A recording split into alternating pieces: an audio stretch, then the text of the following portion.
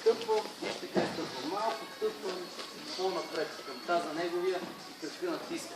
По този начин му позволявам да сложи тук са вътре, между краката ми. Тук вече имам проблем. По този начин. Тук. Другия крак, вижте, контролът ми е винаги на неговия ревер.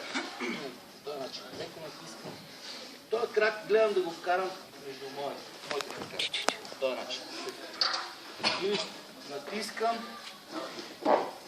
минавам тук. Хубаво, цялата тежест ми е върху неговия таз. Гърдите се върху таза, контрол върху колана или панталоните, без значение, или кимоното. Това е контрол. Ръката е прибрана, тръгни мърдиш. Няма къде ходя. Единственият му вариант е да изпъне краката да ме закачи, което това ще направи. По този начин аз слизам хубаво надолу с таза. Вижте как хубаво натискам надолу. Нито мога да ме закачи по този начин нищо. Краката минават отстрани.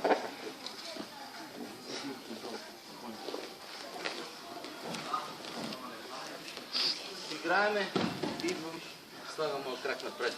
Другия ще го карам отвъд. Контрол, контрол. Натискам, хубаво върху него, изкарвам краката, тръгна ли да закача, целият ми таз е върху колената, вижте.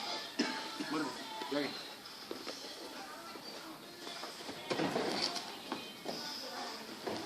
Може един път краката на тази страна. Контрол, контрол. Натискам, вижте гърдите.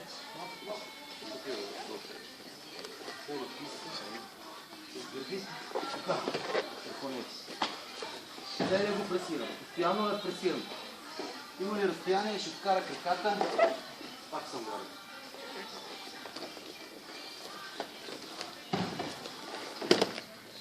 Тръгва да опълда да краката. Слизам зад на вижте.